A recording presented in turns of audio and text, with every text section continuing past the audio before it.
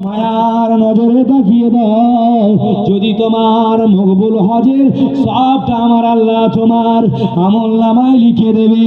হে যুবকেরা, আজ আমাদের সংসারে অনেক যুবক বলে, হুজুর একটা তাবিজ করে দেন, আমার বউ কথা শোনে না, আমার মেয়ে কথা শোনে না, আমার ছেলে কথা শোনে না, আমার পাড়ায় কেউ মানে না। তাবিজ করার দরকার নেই, আপনি বাড়ি চলে যাবেন, আপনি ঘরে চলে যাবেন।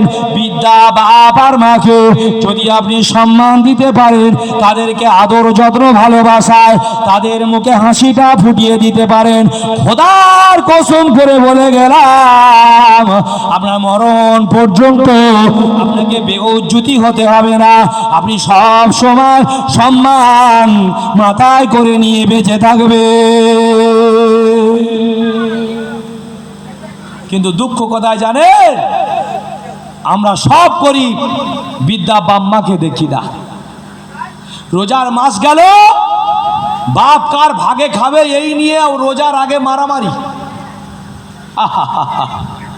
হে যুবক ছেলে, মায়ের ঋণ, বাপের হক আদায় করার মতো কারার ক্ষমতা নেই। তাই অল্প সময় বলে গেলাম, বাম্মাকে সেবা করবেন। আব্দুল্লাহ ইবনে মুবারক জামানার সবচেয়ে বড় মুহাদ্দিস, ওনার কলে আরবিতে কথা বলতেন, আরবিতে তিনি ব্যাখ্যা দিতেন। সেই তিনি তানার মা 80 বছর বয়সে তানাকে বলছে, বাবা আব্দুল্লাহ ইবনে মুবারক, আমি একবার হজে যাব।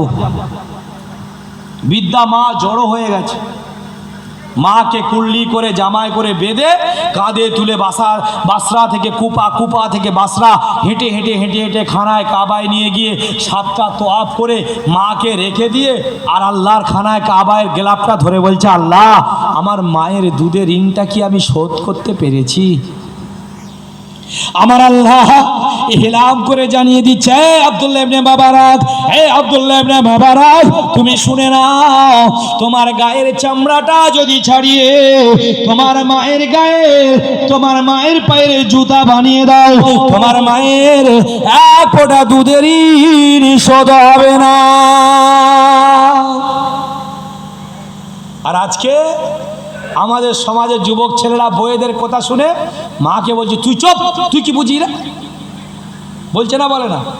মাকে বোঝা, তুই চুপ। আর বউকে বলছে, কি বলছো, বলো বলো কি হয়েছে? আহা রে, মাকে সাইলেন্ট করছে আর বউকে সাইলেন্ট খুলে দিচ্ছে। পাগল, খেটে পাগল হয়ে যাবি রে, প্যান্ট ফেটে যাবে, কিছু তোর ঘরে থাকবে না, ব্যাংকে জিরো ব্যালেন্স থাকবে। যদি ব্যাংকে ব্যালেন্স রাখতে চাস, মায়ের কদমে লুটিয়ে পড়, আল্লাহ রহমত তোর ঘরে ভরে যাবে। জোরে বলুন সুবহানাল্লাহ। বুদ্ধ বাপকে বলছে বুড়ো, বাপকে বলছে বুড়ো, আর মাকে বলছে বুড়ি, তুই বেশি বকিনি, তুই চুপ কর। আর বউকে রাত্রেবেলা বলছে, আহা আমার কোটো সুন্দরী, তুমি কি খাবে বাসন? আহা চপ কিনে আনবো, ফুচকা কিনে আনবো।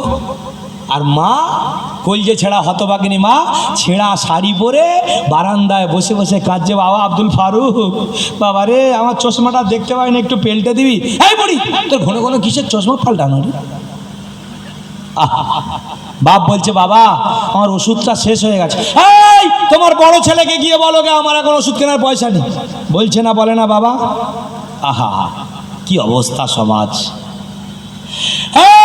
যুবকেরা, যে বাবার মা নিজের জীবনের কোনো মায়া করেনি, নিজের খাবার পরার চিন্তা করেনি, তোমাকে কোলে করে পিঠে করে মানুষ করে বড় করেছে, তুমি তোমার ঘরের পায়কার গলায় দীর্ঘি কেঁপে তোমার ঘরের কলিজা ছেড়া হতভাগিনী মাকে ভুলে গেলে।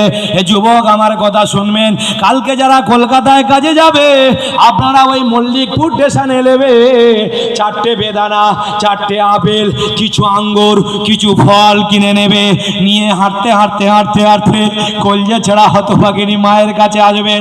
খোদার কসম করে বলছি, কথাটা মিলিয়ে নেবেন।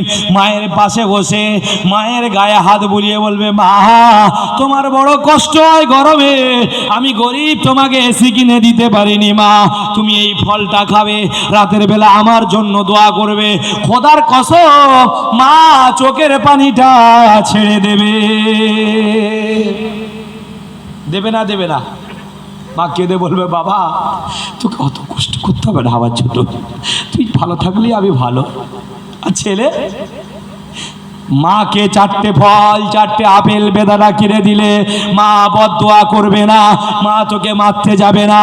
এই যুবক, কটা কথা তোমাদের মাঝে আমি তুলে ধরবো রে যুবক। তোমরা চেষ্টা করলে মাকে সিংহাসনে বসাতে পারো, বাপকে সিংহাসনে বসাতে পারো, কিন্তু বইয়ের কথা শুনে শুনে কেন বাপ মা গুলোকে আজকে তোমরা অপদস্থ অবহেলিত করছো? আজ বাপ ওষুধ কেনার জন্য কাঁদে, আজ বাপ নতুন জামা কেনার জন্য কাঁদে, আজ বাপ ডাক্তার দেখাবার জন্য কাঁদে, আজ বাপ জামা কেনার জন্য কাঁদে, আজ বাপ মেয়ের বাড়ি যাবে গাড়ি ভাড়ার পয়সা চাওয়ার জন্য কাঁদে। তোমার বউ মায়ের বাড়ি গেলে 1000 টাকা দাও, আর বাপ যখন মেয়ের বোনের বাড়ি যাচ্ছে 10টা টাকা তোমার পকেট থেকে বেরোচ্ছে না, বরঞ্চ বউকে নিয়ে তুমি ওই ইকো পার্কে ঈদের দিন ঘুরতে গেলে সেখানে 5000 টাকা চলে গেল, তোমার লাইলা বানু খুশি হলো না। তুমি মাকে যদি 200 টাকা দিয়ে ঈদের দিন মায়ের কাছে হাত দুটো ধরে, মা আমি গরিব, আমার ইনকাম নেই, এই 200 টাকা তুমি রাখো, তুমি আমার জন্য দোয়া করবে, খোদার কসম করে বলে গেলাম, ওই যে তোমার মায়ের আরশ পড়া দোয়াটা আল্লাহর আরশ মোল্লায় চলে যেত।